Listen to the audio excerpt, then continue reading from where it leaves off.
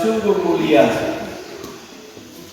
bukan mendatangkan duka, tetapi justru peristiwa 2 November itu adalah peristiwa sukacita.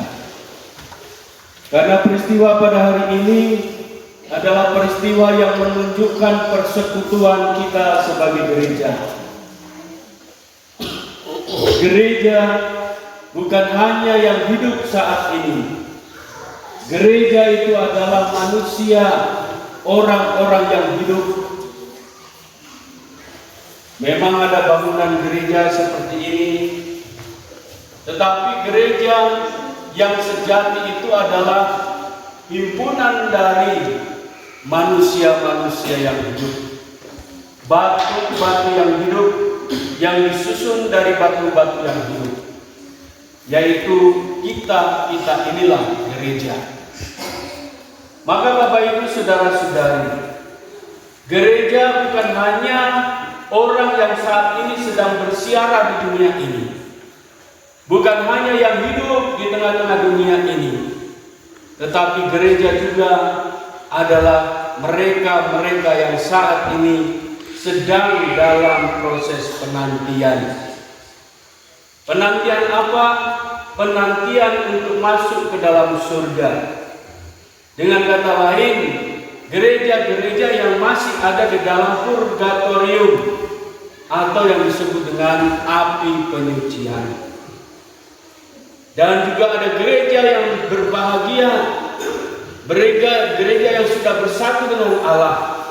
Mereka lah yang telah masuk ke dalam kerajaan surga.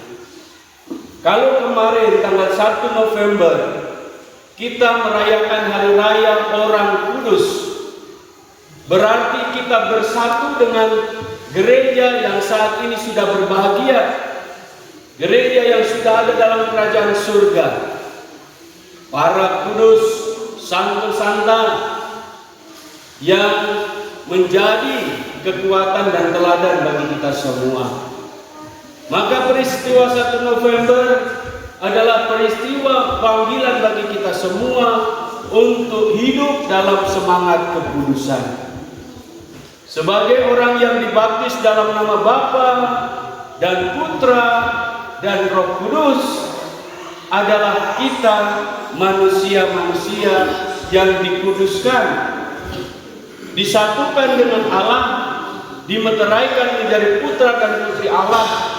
Maka panggilan kita adalah panggilan untuk hidup dalam semangat kekudusan. Sedangkan pada hari ini 2 November kita bersatu dengan gereja yang kedua, yaitu gereja yang masih dalam penantian. Mereka-mereka yang ada di mana? Yang masih ada di api penyucian. Maka untuk masuk ke dalam surga itu ada satu tahapan, Bapak Ibu saudara-saudari. Jadi orang yang meninggal dalam rahmat, orang beriman yang meninggal dalam rahmat, itu tidak otomatis langsung masuk surga, kecuali kalau memang betul-betul dia tidak ada dosa. Makanya orang-orang seperti ini, kita yang mati dalam rahmat, maka sebelum masuk surga kita harus masuk dalam tahap yang kedua, yaitu yang disebut dengan api penyucian. Api penyucian itu bukan seperti api yang menyala-nyala yang membakar kita, tetapi saat-saat di mana kita sebagai orang beriman dipersiapkan, dikuduskan oleh Allah dalam satu proses penantian. Maka orang yang masuk dalam purgatorium, orang yang masuk dalam api penyucian, itu sudah pasti dia akan masuk surga. Tetapi kapan saatnya ditentukan oleh Tuhan. Berapa lama di purgatorium ditentukan oleh Tuhan dan hidup kita selama ini.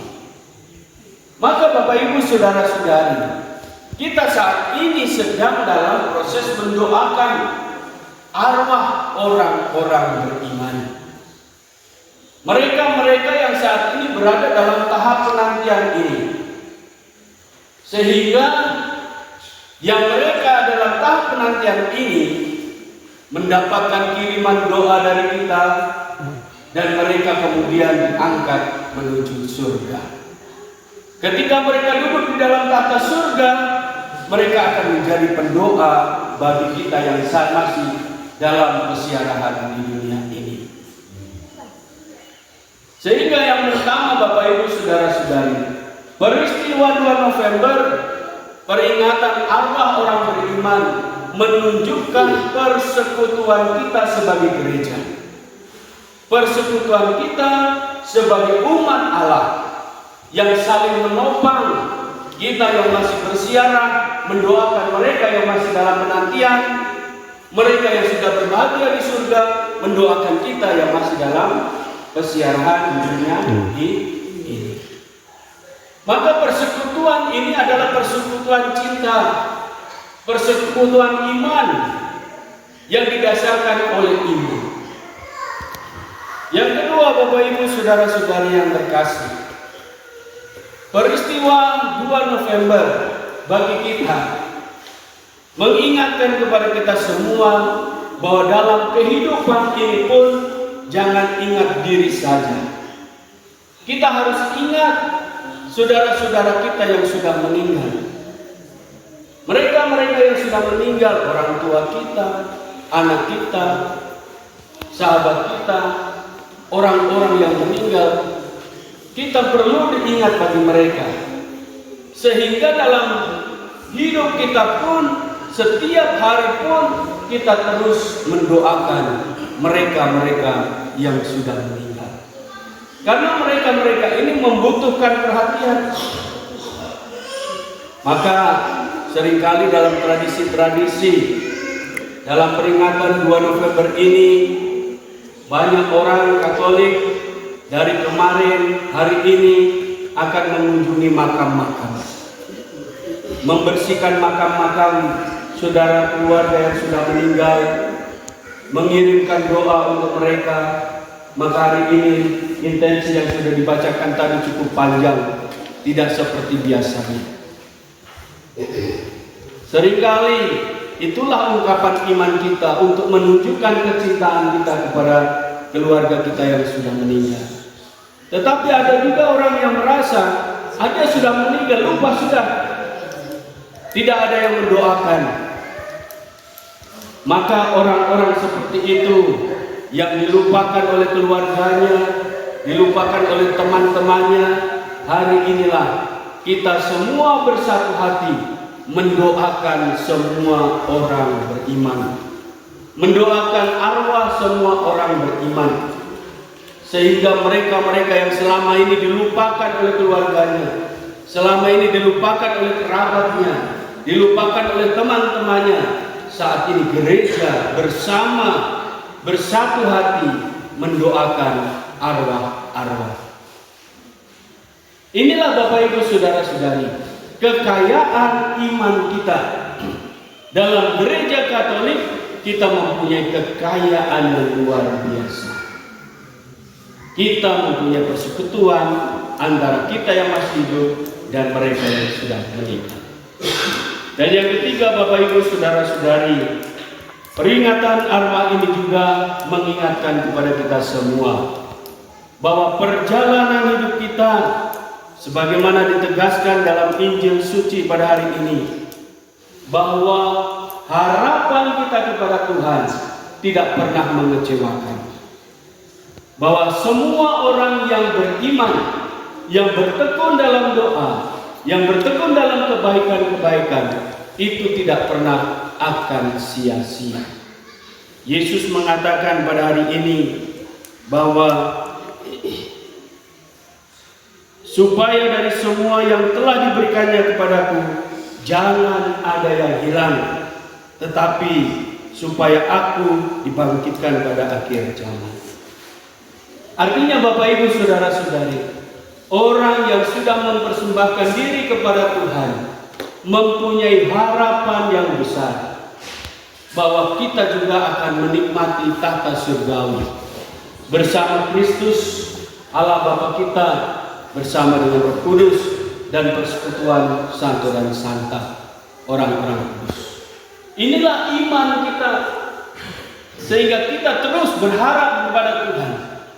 Oleh karena itu, harapan ini, iman ini harus didukung juga dengan seluruh kehidupan kita. Keselamatan itu adalah rahmat, betul. Rahmat yang diberikan kepada semua orang, yang membuka jalan bagi semua orang untuk menuju kepada kebahagiaan surgawi. Tetapi rahmat ini harus dibarengi dengan tindakan dan perbuatan. Sehingga tidak hanya iman saja, hanya percaya saja, tapi dalam tindakan hidup tidak pernah dilakukan apa-apa. Maka Bapak Ibu saudara-saudara, itulah mengapa saya terus berteriak-teriak di mimbar-mimbar gereja untuk mengundang orang sebanyak mungkin dekat dengan Tuhan melalui perayaan-perayaan seperti ini. Hari Minggu ini adalah merupakan satu proses untuk menuju kepada keselamatan. Pastor teriak-teriak, berkhotbah, semuanya intinya hanya satu, supaya orang melakukan sesuatu yang baik sesuai dengan kehendak Tuhan untuk menuju kepada keselamatan. Karena kita tidak mau orang-orang beriman ini tersesat, manusia-manusia ini tersesat. Apakah ada yang tersesat? Ada. Apakah ada yang tidak bisa masuk surga? Ada. Yohanes mengatakan semua orang mati itu akan dibangkitkan, tapi ada yang menerima hidup kekal dan ada yang tidak menerima hidup kekal. Artinya apa? Ada yang bisa masuk bersatu dengan Tuhan dalam tata surgawi, ada yang tidak. Inilah Bapak Ibu saudara-saudari yang disebut dengan kematian kekal. Kita terlepas dari Tuhan, itulah penuh dengan penderitaan. Itulah yang disebut dengan neraka. Maka jangan berpikir bahwa surga itu adalah sebuah mimpi saja. Itu bukan sebuah kenyataan. Neraka itu hanya sebagai mitos saja, tipu-tipu saja. Gereja hanya tipu-tipu. Hati-hati Bapak Ibu saudara-saudari, itu ada. Maka Bapak Ibu saudara-saudari, oleh karena itu dalam peringatan arwah hari ini kita diingatkan untuk hidup selaras dengan kehendak Tuhan.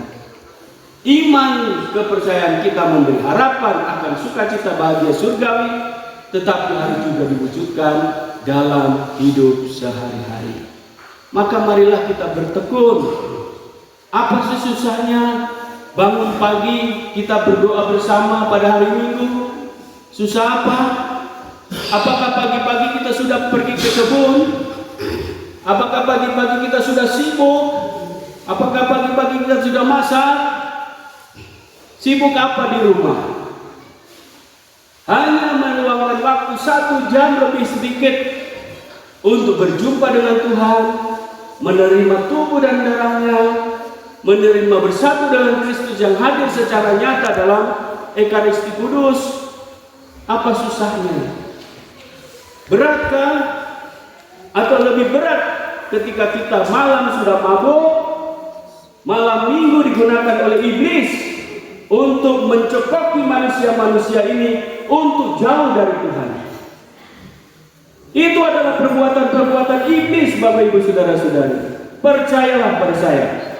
Perbuatan-perbuatan iblis yang mencekoki manusia pada malam Minggu dan besoknya mati, tidak masuk gereja. Karena itu perbuatan iblis adalah menjauhkan manusia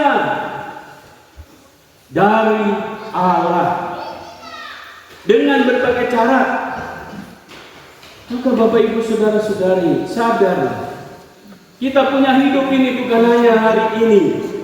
Kita punya hidup ini bukan hanya di dunia ini, tetapi kita menuju kepada kesatuan dengan Tuhan. Maka marilah kita bersama meluangkan waktu berdoa, bersekutu, berbuat baik dalam kehidupan kita.